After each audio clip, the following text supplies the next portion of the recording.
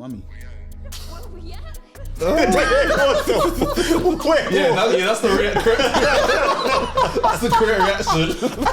you used to get a big Yeah, Yeah, just one per person. But now, yeah. Like I'm seeing fresh Guinness and all that sort of stuff in the back. I don't even drink this, bro. Where's my juice? they're watching this like, damn. Hey, do you know what? They're fucking damn. You're gonna edit this bit out.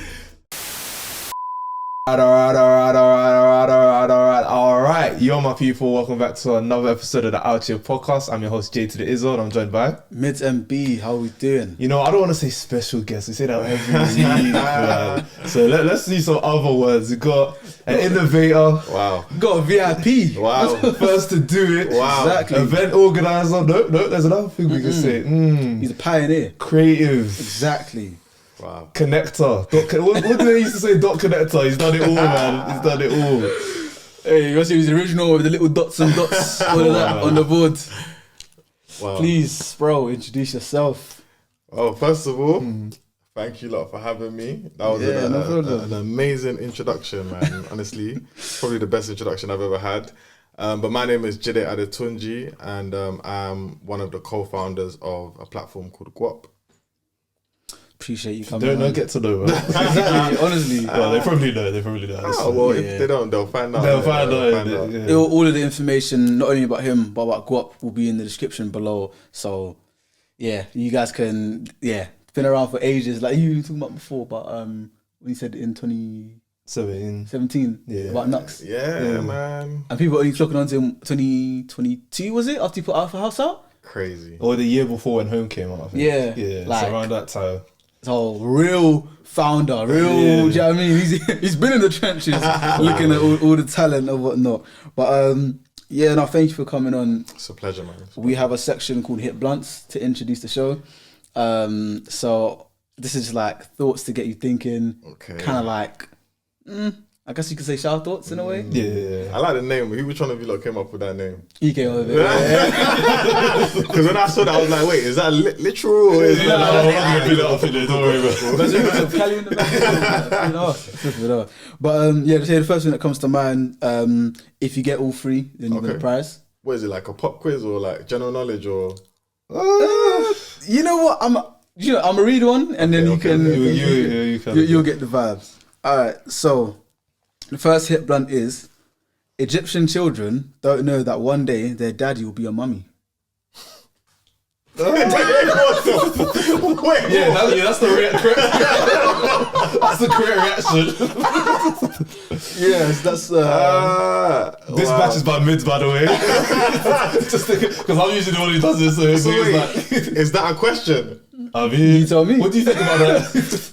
It's hilarious, first of all, but like, I guess it's true, innit? Because they're all wrapped up and mummified and whatnot. But isn't it like the royal family?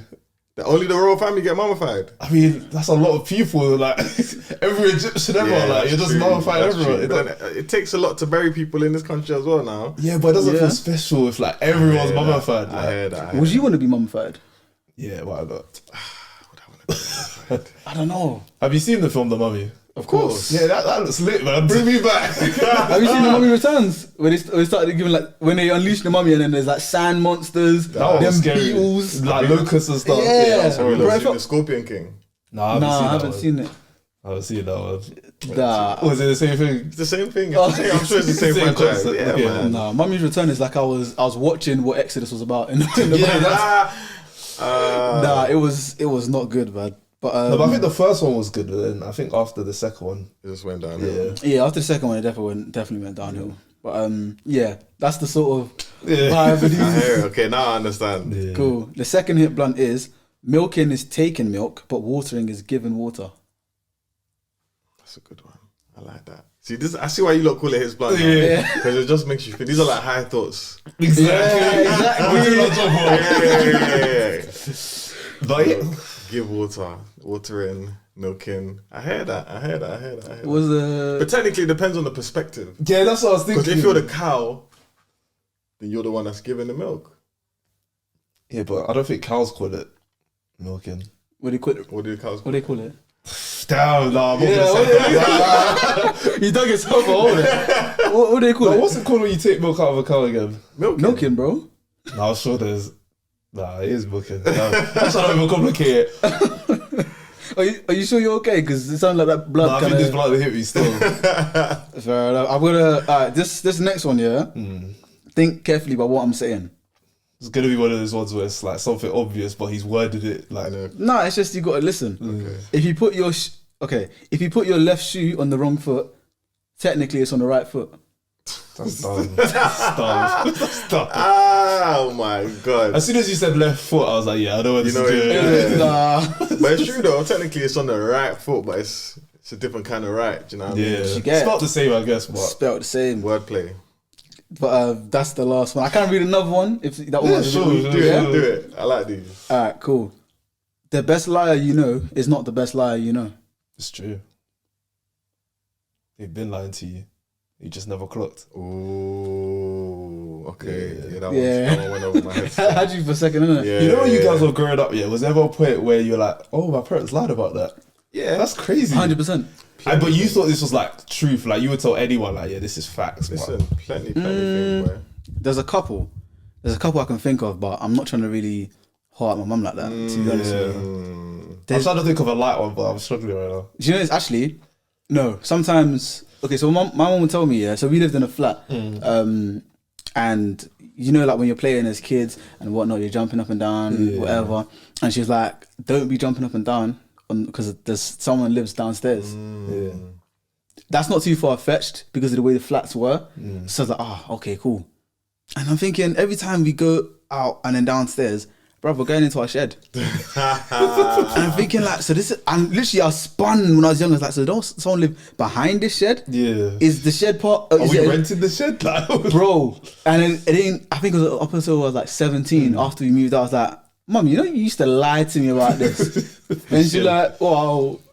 It worked. Exactly. You confess. Yeah, well, you know how Nigerian mums are. You don't outright confess. But she's like, say sorry. But she'd be like, come on, you should have known by now. I'm like, so funny. But it's good because she was teaching you how to be considerate. Exactly. So shout out Mumsy. Shout out Mumsy. Yeah, my mum liked me. You know when you used to do that thing with your eye? You tell my mum will tell me, if you do that, it will stay. I will stay like that. Do you know what I mean? Or if you eat a certain amount of food, it will grow on your head. And that was class. What? So you just spaghetti? Or spaghetti or something. It's gonna start growing on your head. And up until a certain age, I really used to believe that. But maybe I was just gullible. That's kind of mad. So at least you have a balanced diet. So abusing anything. Yeah, for real. Nice. What's one for you? I can't even think of one. You can't think of one. Nah, Mum never lied to you. Maybe she's still. Yeah, nah. His mum is a good liar. Good liar. It's the best liar. You don't even know. Oh, actually, do you know one that used to not annoy me, but like looking back on it, I'm like, I hear it, but come on, man. You know when you used to get birthday money, it's like, I'll keep it for you. And then the next day, you're having a freshly cooked meat stew, pounded jam, and you're like, this is nice, like. But you don't even realize that's that birthday money or that money that auntie gave you. You have to go and buy meat. But telling you still benefited. Yeah. No, your siblings benefited as well. No, that's not their birthday. That's true. It's not the way that I wanted to benefit. I wanted to benefit by sweets and all sorts of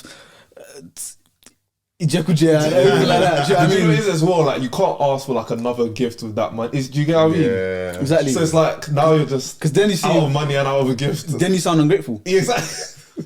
That's true. But you're there eating fish and meat and all that. Especially sort of it's like something you don't have normally. Like this is a special occasion. So would you not enjoying the meat and fish? Of course, but like I was only allowed one meat, bro. Like that's a bit. Or they buy like the big pack of Superbowl or something. Huh? They'll buy like a big pack of Superbowl. You're like, damn, we don't usually get a big pack. Yeah, you get just one per person. Yeah, like I'm seeing fresh Guinness and all that sort of stuff in the back. I don't even drink this, bro. Where's my juice? No, that's hilarious. But yeah, those are the hit blunts done. What did you think of that batch? I'm feeling real high right now. Bro. Yeah? The ones that spun me. I've done my job. One. Yeah, the third one was good. But the left shoe one. Was that the one that spun me? No, it was a lie. It was the last one. Okay. The third one was it was alright. The fourth one, innit? Yeah, the fourth one was class. I'll give you that. Fair enough. Just wanted to start off with like the beginning. The beginning. Obviously, you spoke about the story a lot, about the whole, how you got into, how you and Aaron met. But I wanted to know, like, what... So you failed your first venture. You could get into this later, but you failed your first venture. How did you guys still have the confidence to be like, we still got something coming? Because me sometimes, like, it's just a story me and my brothers have that we laugh about. So how did you guys still have that motivation to be like, nah, we're good entrepreneurs, let's keep going type thing? Two things, man. First one, I wanted to get my lick back. I needed to get my lick back, man. That first thing that we did that failed, it loaded me too much. Like I was feeling it, do you know what I mean? And it was public, so it was a bit embarrassing as well. So it was like to prove to myself that I know I can do this, but also to prove to everyone else, like, because putting yourself out there, doing something in the real world, it's quite a daunting feeling. And then to do something and to fail, wow, big shame, especially in our community. Do you know what I mean? Yeah. So yeah, I needed to prove to myself and prove to the world that I had what it takes to actually be successful as an entrepreneur.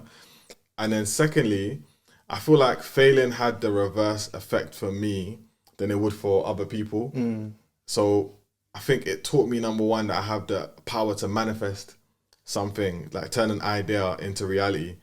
And I think that was one of the first times in my life that I proved that in like an adult way. So that gave me confidence to kind of execute further ideas down the line.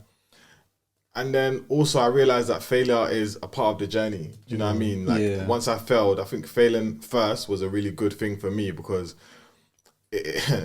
since then I've been failing a lot. Do you know what I'm saying? But I realized that it's part of the process. Do you know what I mean? You need to fail. You need to understand failure in order to know success. And I think getting that failure done and dusted from the start, I was able to just accept that failure will be part of my journey. So, yeah, man. But it wasn't easy, though. Don't get me wrong. Like, just to give a brief like intro, what was the thing that you felt that? He's already smart. I know that he knows already. But like, basically, I started like an investment group, and the idea was to bring together like-minded people. You know, most of us when we're in uni or whatever, everyone's just studying or people are doing rubbish on the side. But I was just talking to loads of people in and around campus, some of my friends, some acquaintances, and it's like, oh, what are you interested in? What are you trying to do? Like, and anyone who told me that they were interested in something that was outside the box, I was like, oh, let's come together, let's make this group, work on different ideas together, support each other, invest money, etc. So the first idea we came up with was called the AF Party. AF Party. Okay. So everyone who's from, you know, you're Nigerian. Yeah. Nigerian. Well. So, you know what I mean? If you're African, you know what African hall party is. And like, it was something that growing up, all of us, we attended plenty. Yeah, enjoyed, make friends. You might never see them again. Never see them again, but you had all experiences. That's my key, man. I miss you. I feel you, bro. But like, yeah, man. So like that feeling, like when you're young, it hits different. Like, so we wanted to recreate that, but for our generation, because a lot of the African hall parties, of course, is done by the elders. Do you know what I mean? They can't play certain music. No. Like, it's Auntie's 60th birthday. You can't be playing Ashika and that. You may not be able to get away with a one. You know what I mean? Maybe Lonely at the Top. Lonely at the You Top. can't be playing J Hus and all these. Do you know what I mean? They'll be looking at us crazy. Exactly. But, so we wanted to bring that kind of energy, but for a younger generation. So we wanted to bring performers and like have, you know, more young up and coming DJs, food, people can dress up in attire, etc. And we thought it was such a good idea, and it was a good idea. Do you know what I mean? Because we were the first people to do that at the time.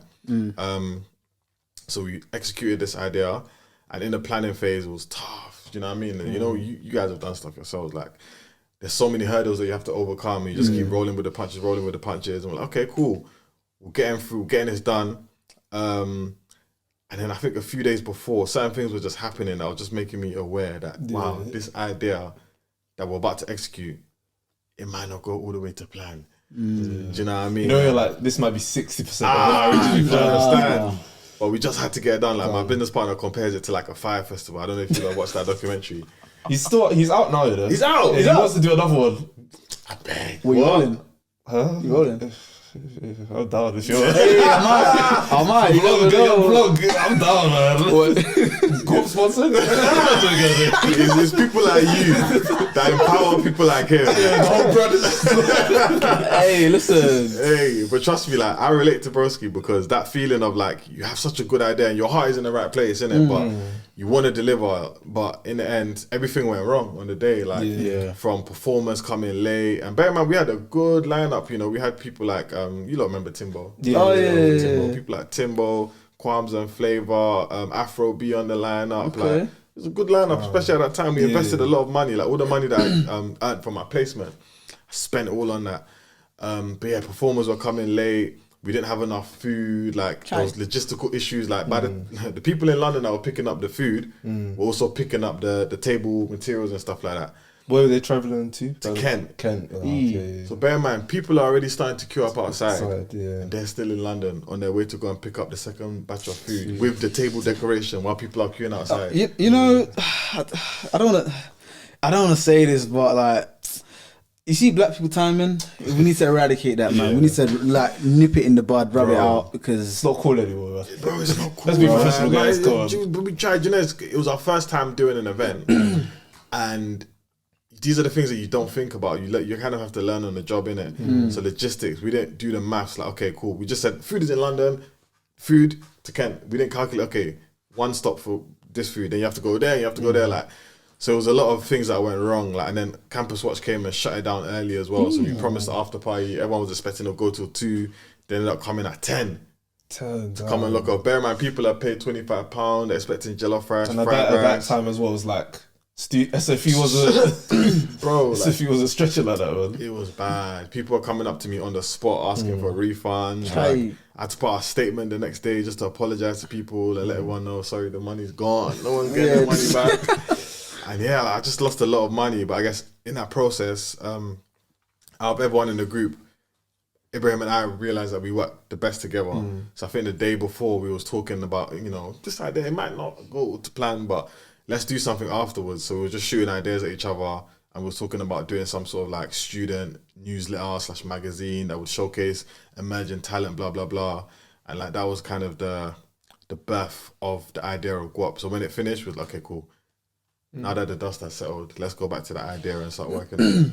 So like, a lot has changed from then to now. Like a lot has changed in terms of what we class as a content creator. Yeah, we had like Don't Jealous Music. Well, that was a bit earlier, but you get like different types of content creators. Maybe uploading to YouTube, Instagram. Even the way Instagram has changed as well. Like we used to just post pictures. Now it's like full blown content. How have you found like the transition from different? Like just different platforms, like there's Twitch now. I'm sure maybe Periscope was like a thing. Yeah, like it came about. Like how do you like navigate? Okay, this person's just talented. They're just cold. They're just charismatic at any field they're in. That's a really good question. I think for us, we're so underground. Do you know what I mean? And like we like to actually look at people in the eyes and shake their hands. So we're always outside from the early days. Like when we was trying to find who the creatives were that were out there, because back then the word creative didn't even exist. Yeah, it didn't exist. I think that's a fairly new thing. It's very new. Like, in terms of like it being an industry. Before it was just doing the thing. Like it wasn't really. Yeah, 100%. It's like there was a creative industry, but that wasn't. It wasn't really us. It wasn't for us. Nah. It was over there. Yeah. So then we was like, okay, there's no creative community, so like we can be the one to kind of use our platform to kind of try and foster that space. Yeah. So anyone who would meet in real life or see on the internet that was doing anything creative, and they were talented, because talent isn't hard to spot. Do you know what I mean? If someone can sing, they can sing. If someone's funny, they're funny. Do you know what I mean? And one thing about us, we don't follow who's popular. I think that's why we're able to spot certain trends before they become a big thing. It's like, oh wow, you're talented. Like let's just see what we can do. Do you know what I mean? So I think for us, it's a very simple formula. And like at the time, you don't know Tommy Expensive. Yeah. He's not goes by his full name now, Tom Mucci, but like he was the one that hosted our event. Do you know what I mean? So he was doing a lot of the social media memes and stuff like that at the time. So he was like one of the first content creators that I met in real life, but he was just a normal person. Do you know what I mean? It's so weird because I've seen that guy like 5 times just walking in Peckham randomly. Oh, he's from Ends. I think he's like around your way actually. Okay. Because I think I was on a 343 and he was just there standing outside the chicken shop or something. I was like, expensive. That's crazy. Trust me, bro. So like, someone like him, there were other people around. Like, I think Big Tipper was popular at the time. Don't Jealous Me was even from the previous generation. Yeah, him and A-Dot, I think, were probably previous. Yeah, exactly, A-Dot, exactly. So like, we were just looking around, and at the time I was just a consumer. Yeah. You know, so we were stepping out of our comfort zone, going out and actually bucking these people. Then we realized, oh wait, there's also people who are into fashion. There's also people who are doing music. There's people producing. There's people styling. Yeah. And it was just kind of like opening us up to a whole new world. So we were just excited to meet everyone. Do you know what I mean? And just build our community. Okay. Who would you say like you're really not proud that you discovered them, but you're like, damn, like I was early on this one, like Yeah. Brother, there's a few. If you could choose like I don't know, maybe like a 3, maybe not if there's one. Yeah. But like if you can say, you know what, these aren't even his favourites. These are just something you're like, damn. Quick disclaimer. Definitely Nux. Obviously, you lot mentioned Nux. Like, a lot of people might have seen the recent cover we did with him, probably in like 2021 or so. But a lot of people don't realize we had him on a cover in 2017. I believe we had him on a cover alongside Koji Radical, who's doing bits himself now, and SNE, a rapper from Hackney, who was also doing bits as well at the time. And that was when I met Nux. He had locks, but his locks were a bit shorter. Do you know what I mean? But he always had that swag. He always was. One thing about Nux I always say is that, number one, he has a great team around him. 2, he's so humble, and he's just a good person. Do you know what I mean? Like I meet a lot of people in this industry and this community, and it's easy for me to spot somebody who's a genuine person. Yeah. And like, one thing about him, he's remained the same from day. Do you know what I mean? But he's always been talented. He always had that swag. He was producing his own stuff. So for us, although he was from the complete other side of London, like, we spotted the talent. Do you know what I mean? So I think we believe we gave him his first magazine cover at the time. He performed at loads of our events in the early days as well. So that's been beautiful to watch his like career blossom, and like to see how the world looks at him now. It's amazing, because we've been looking at him like that since 2017. Do you know what I mean? So that's one. Another easy one I was just like throw out there, like J Hus. We actually gave J Hus his first ever magazine cover, which a lot of people. That's history, though. That's history. Because like when you tell like the story of like UK rap, you can't leave J Hus out. 100%, you can't leave J Hus out. So like, that was, to be fair, like, he was a bit further in his career probably than when we met Nux, but this was just around the time of Friendly.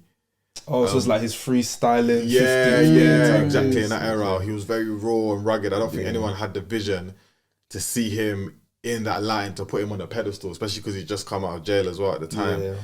So I think we were just early in there, and like, we just bucked him in when we did the shoot, we bucked him in a shop in Shoreditch. I think it was like a vape shop or something like that. We went there the day before and said, "Bro, we got this famous rapper coming through. Like, do you wanna..." Hey, listen, we did onto these things early, but like, I didn't even know what vape was. Do you know what I mean? I just saw this shop. I was like, okay, it looks cool.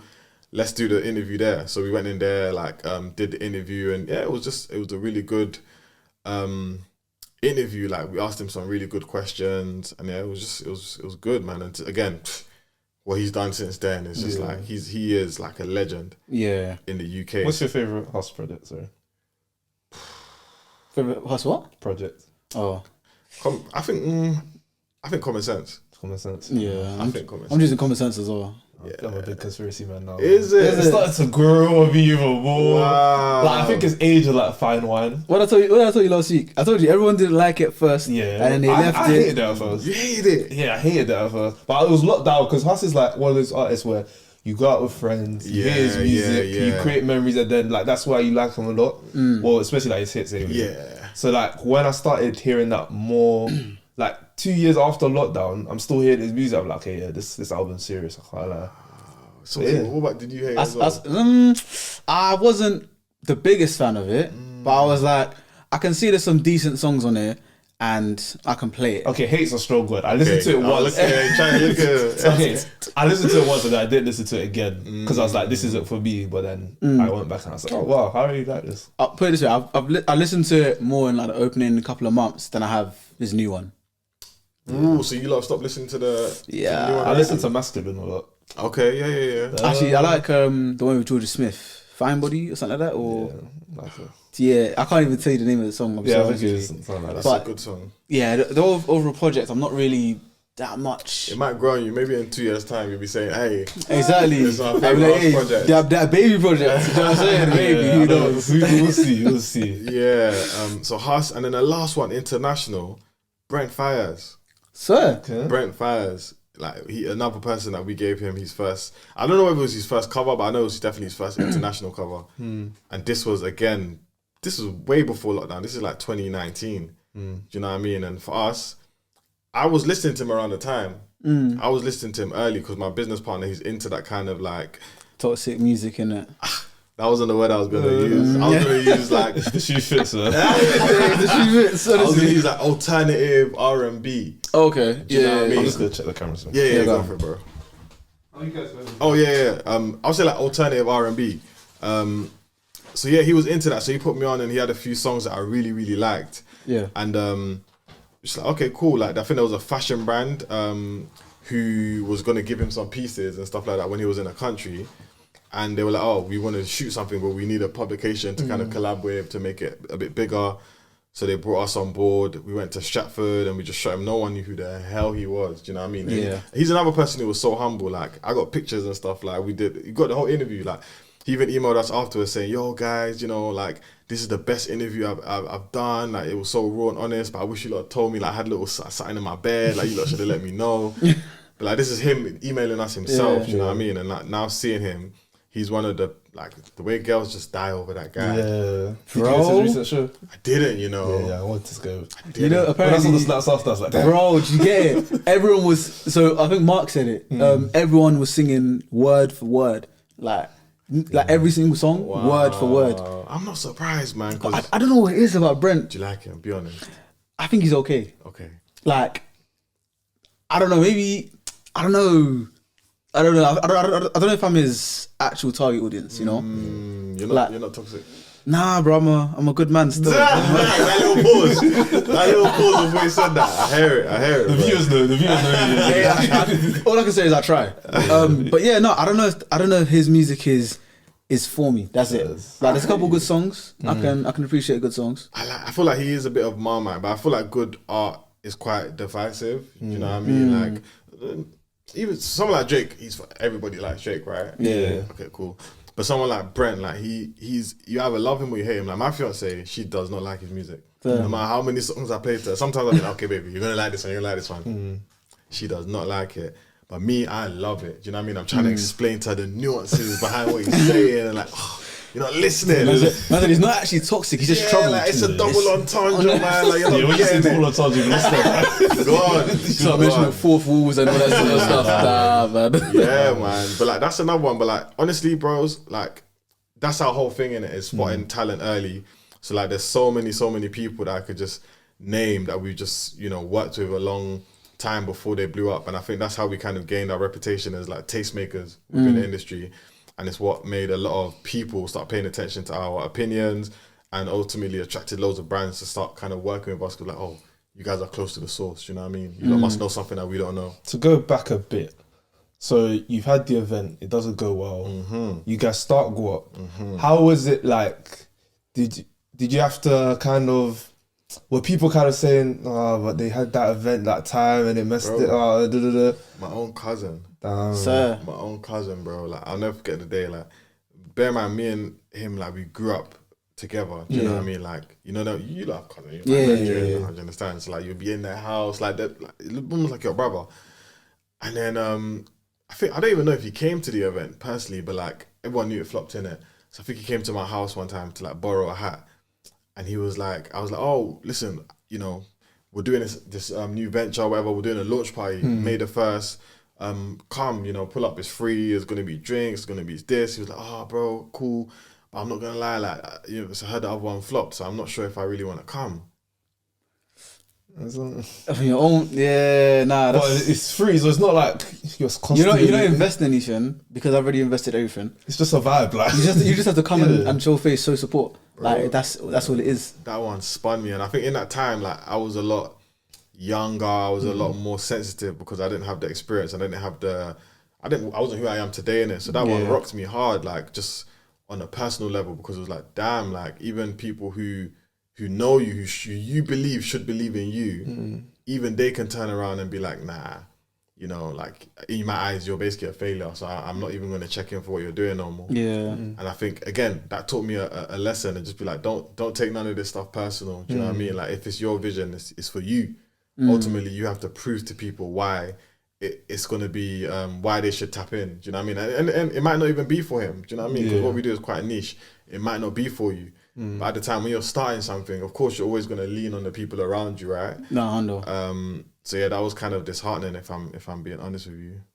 So how was that, like, bouncing back and being, I guess, reaffirming what you're trying to do and the vision that you have? Obviously, after having one venture that doesn't fail, one venture that wasn't successful, and people knowing it, now you going on to a second one, and again, you said that was for a launch party. But how do you keep that flame burning, essentially? And when did you know, like, okay, I'm certified, kind of? Like, when did you know you kind of made it? I hate that question, you know. I know it's coming from you, but the reason why I hate it is because I genuinely see success as a journey as opposed to a place now. And I realize that more and more every day, like, because I just bought my first house, like literally. Congratulations. Thank you, my brothers. Like a week ago. I'm moving in on the 18th of December. Will this be out by then? What's today's date? No, it'll be out before then. Yeah. So I'm still moving into my new house. And like, even with that, like, I remember in the early days thinking, right, because I came straight out of uni and said, okay, you know, GUAP is like a year old now. Let me do this full time. Do you know what I mean? And Ibrahim was doing a job at Tesco's because he graduated a year before me because he didn't do a placement. He was working in Tesco's. He quit his job, and we just went full time at it. And all of our friends were going and getting graduate jobs, and they were buying cars, going on holidays. And me and him are there just scratching pennies together, just trying to survive, just trying to hustle, trying to put into the business. Because one thing I realized early on is that if I truly see myself as valuable, money doesn't define my value. But the most valuable thing I have as somebody who sees themselves as valuable is time. Time is my biggest asset. And if there's an opportunity, even if it's after 2 quiet weeks, and then there's one opportunity on a random Wednesday at 2:00, if I'm sitting in the office behind my desk with my boss looking over my shoulder, I'm not going to be available for it. Do you understand? So I was just like, cool, I need to make sure that I'm constantly available so that when that opportunity comes knocking, I'm there. Yeah. But that was a big sacrifice. Do you get what I'm saying? So there were certain things like being able to get engaged, which I also did earlier this year as well. Congratulations. It's been a big year for me, man. Getting engaged earlier this year, and getting a house, those were things that I always knew I wanted to do, but I was just sitting there thinking, how? How? Yeah. You know what I mean? I have zero money. I've got this vision. I genuinely don't know if it's going to work. I believe it's going to work. I've got a fire in my stomach, but I'm not certain. I don't know when it's going to happen. I don't know when that moment will be. So I guess being able to be in a position to get engaged and to buy a house, looking back, I would have seen that as successful. Yeah. But now that I'm here, it's just the beginning. Because it's a mortgage, right? This is something that you have to pay back over 25, 30 years.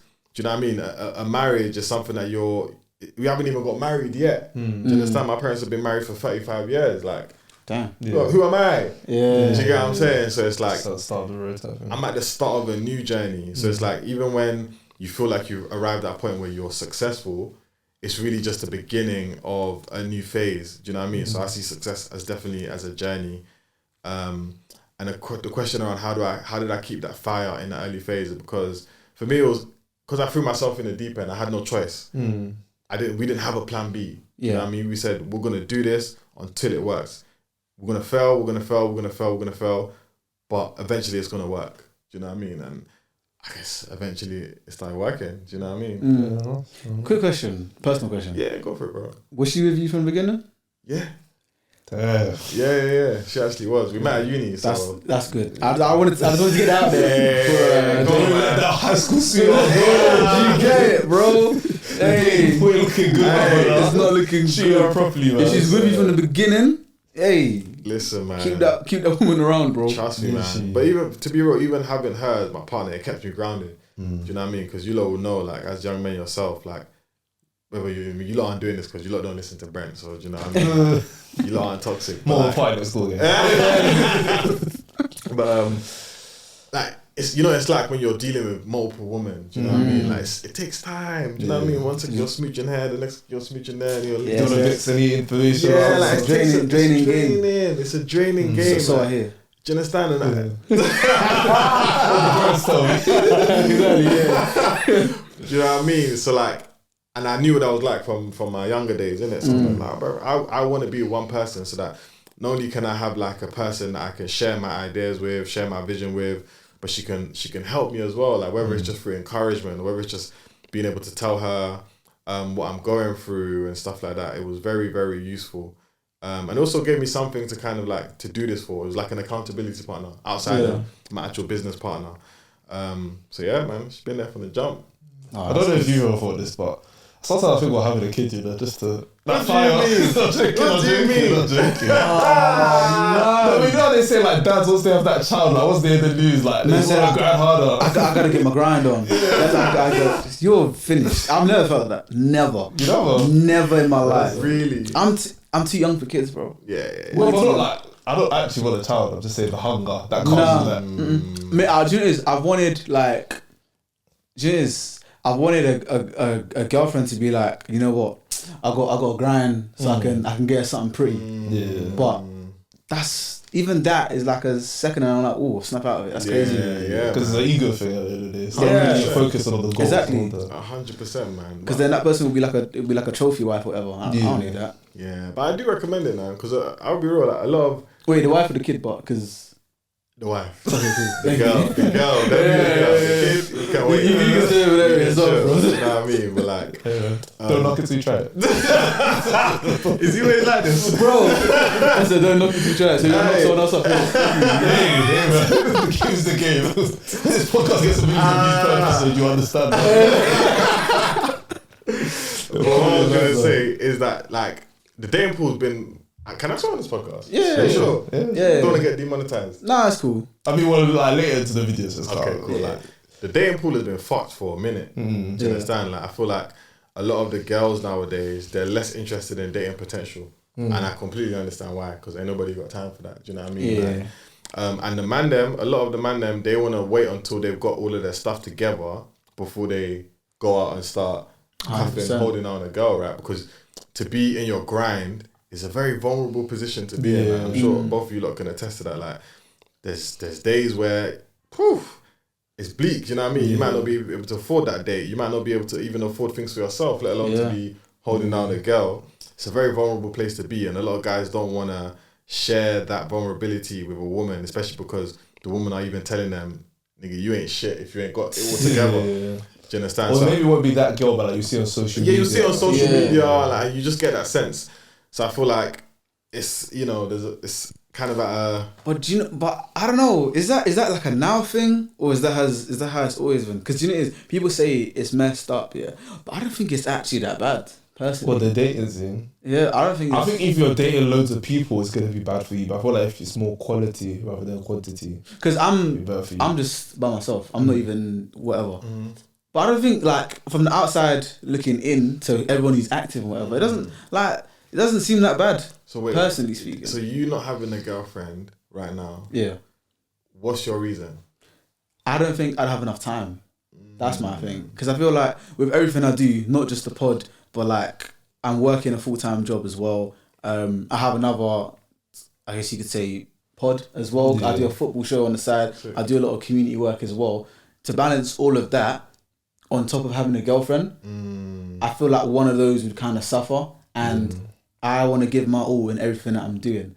So there's no point in me having a partner that is suffering because I want all my ventures to succeed. And there's no point on the flip side making my girlfriend happy if now I'm showing up late for the pod. I'm not editing stuff on time. It's not coming out on time, or I'm late for a community meeting. It's like I want to be able to give my all in everything that I do. So at what point will you kind of make that transition mentally and be like, okay, now I'm ready?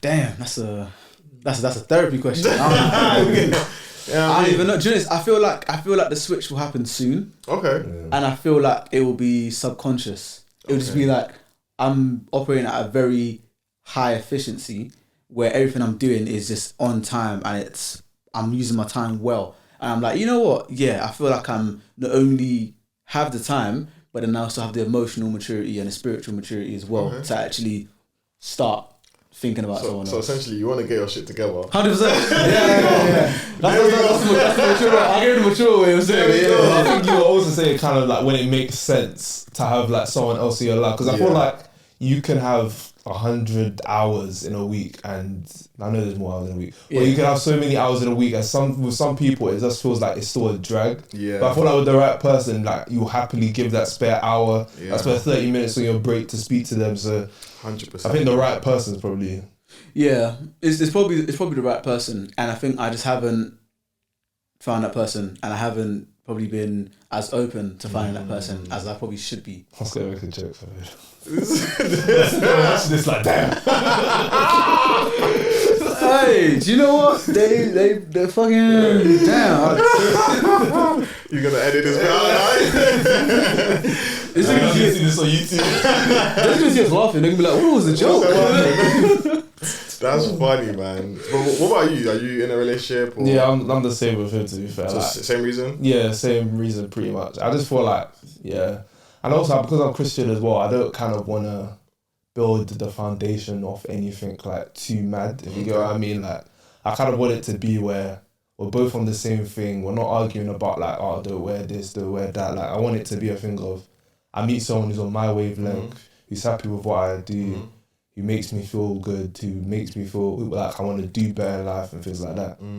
But but I feel like dating is also like an investment as well. Big investment. And I feel like it's something that women can detect when it's like, oh, here nigga, damn, like, you get what I mean? Like, it's like you're forced to go on dates. Like, I don't want it to get to a state. I feel like now, not to say like I'm this bad person, but I feel like now if I was to date, sometimes you'll start to feel like the product. If you guys like that, subscribe to the channel and turn on notifications to be up to date with all of our releases, and tune into the whole episode now on Spotify and Apple.